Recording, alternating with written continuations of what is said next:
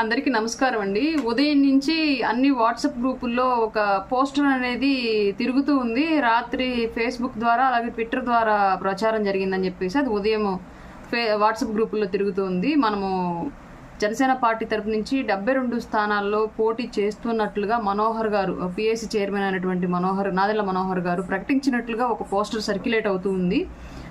అది ఉదయం నుంచి అది ఫేక్ అని చెప్పేసి చెప్పుకుంటూ వస్తూనే ఉన్నాము. సాయంత్రం వచ్చినప్పుడు మళ్ళీ అచ్చెన్నాయుడు గారి పేరుతోటి టీడీపీ వైపు నుంచి టీడీపీ అఫీషియల్ పోస్టర్ టైప్లో ఒక లెటర్ రిలీజ్ అయ్యి అది మళ్ళీ సర్క్యులేట్ అవుతుంది. జనసేనకి 63 స్థానాలు మనం కేటాయించా, 63 స్థానాల్లో వాళ్ళు పోటీ చేస్తున్నారు, మనం 112 స్థానాల్లో పోటీ చేస్తున్నాము అని చెప్పేసి అచ్చెన్నాయుడు గారి పేరుతోటి ఒక లెటర్ హెడ్ వచ్చినట్లుగా ఒకటి సర్క్యులేట్ అవుతుంది. దాన్ని కూడా మళ్ళీ ఫేక్ అని చెప్పుకోవాల్సి వస్తుంది. ఒకటి అఫీషియల్గా ఏదైనా పార్టీ సైడ్ నుంచి ఒక స్టాండ్ అనేది ఉంటే ఇరు పార్టీల్లోనూ ఖచ్చితంగా అఫీషియల్ పార్టీ హ్యాండిల్స్ ఉన్నాయి. సోషల్ మీడియా ఫాలో అయ్యే వాళ్ళైతే అఫీషియల్ పార్టీ హ్యాండిల్స్ నుంచి ఖరారు చేసుకున్నాకే దాన్ని స్ప్రెడ్ చేయండి. ఫస్ట్ విషయం. రెండోది, మీరు ఒకవేళ అఫీషియల్ హ్యాండిల్స్ ఫాలో అవ్వని వాళ్ళు కనుక అయితే ఇరు పార్టీల్లోనూ ఏదో ఒక నాయకత్వం పొత్తు ప్రకటన, సీట్ల ప్రకటన అనేది చిన్న విషయం కాదు. చిన్న విషయం కానప్పుడు కేవలం పోస్టర్ల ద్వారా వాళ్ళ పేరు వీళ్ళ పేరు ద్వారా ఎవరి ద్వారానూ రాదు. అది డెఫినెట్గా ఇరు పార్టీలను పెద్దల స్థాయి నుంచి, ఇప్పుడు అచ్చెన్నాయుడు గారి పేరు సైడ్ నుంచి టీడీపీ నుంచి రావచ్చు, మనోహర్ గారి పేరు సైడ్ నుంచి జనసేన నుంచి రావచ్చు, కానీ ప్రయర్గా పవన్ కళ్యాణ్ గారి నుంచి, చంద్రబాబు నాయుడు గారి నుంచి వస్తుంది డెఫినెట్గా. ఈ నలుగురిలో ఎవరి నుంచి వచ్చినా అది ఒక ప్రెస్ మీట్ రూపంలో, ఒక వీడియో రూపంలో డెఫినెట్గా బయటకు రిలీజ్ చేస్తారు. కేవలం పోస్టర్లు రిలీజ్ చేస్తే ఎలా దాన్ని యాక్సెప్ట్ చేస్తారని మీరు అనుకుంటారు?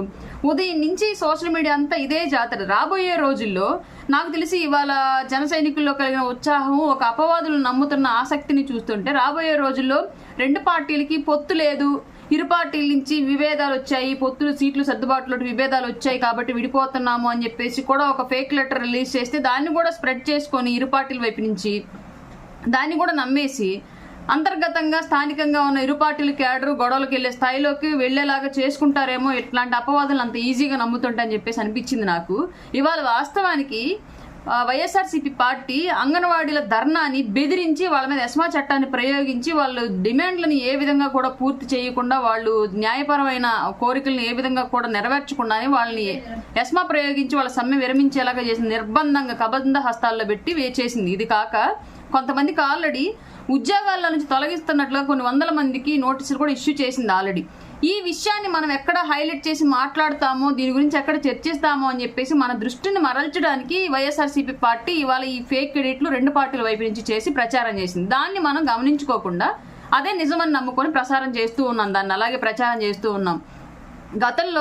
గత ప్రభుత్వం ఉన్నప్పుడు గుర్రాలతో తొక్కించారు అని చెప్పేసి అంగన్వాడీల మీద ఎక్కడ లేని జాలి ప్రకటించిన ఈ జగన్మోహన్ రెడ్డి తిన ప్రభుత్వం వచ్చిన తర్వాత ఇవాళ ఆ మహిళల్ని ఈడ్చించి, లాగించి, కొట్టించి 35 రోజుల పాటు 37 రోజుల పాటు నిరవధికంగా చేస్తున్న సమ్మెని ఇవాళ అసలు ఎలాంటి వాళ్ళ మీద జాలి చూయించకుండా ఎస్మా చట్టాన్ని ప్రయోగించి వాళ్ళ ఉద్యోగాలు తీయడానికి ట్రై చేస్తున్నాడంటే ఎంత దారుణమైన విషయం ఇది. ఈ దారుణమైన విషయం వాళ్ళ బిడ్డల భవిష్యత్తును నాశనం చేస్తుంది. వాళ్ళ బిడ్డలు ఎంతమంది పెళ్లిళ్ళకి వచ్చి ఉన్నారో, వాళ్ళ కట్నాలు వీళ్ళ జీతాల మీద ఆధారపడి ఉంటే, వాళ్ళ పెళ్లిళ్ళు వీళ్ళ జీతాల మీద ఆధారపడి ఉంటే, ఎంతమంది బిడ్డలు చదువుకుంటున్నారో, మగబిడ్డలు ఎంతమంది ఉద్యోగాలకి డొనేషన్స్ కట్టేసి చేర్చుకోవాల్సిన వాళ్ళు ఉంటారు, ఎంతమంది భర్తలు ఆరోగ్య కారణాలతో ఇబ్బంది పడుతూ వీళ్ళ జీతాల మీద ఆధారపడి వాళ్ళ భవిష్యత్తు, వాళ్ళ ఆరోగ్యం ట్రీట్మెంట్ కొనసాగుతూ ఉందో, ఎంతమంది ఇళ్ళు ఈ జీతాల మీదే డిపెండ్ అయ్యి నడుస్తూ ఉంటాయో. కానీ వాళ్ళ సడన్ గా ఇతని అహంకారపూరిత ధోరణి వల్ల, ఇతని నిరంకుశ తత్వం వల్ల ఎస్మా చట్టాన్ని ప్రయోగించి వాళ్ళు ఉద్యోగాలు తీయడం వల్ల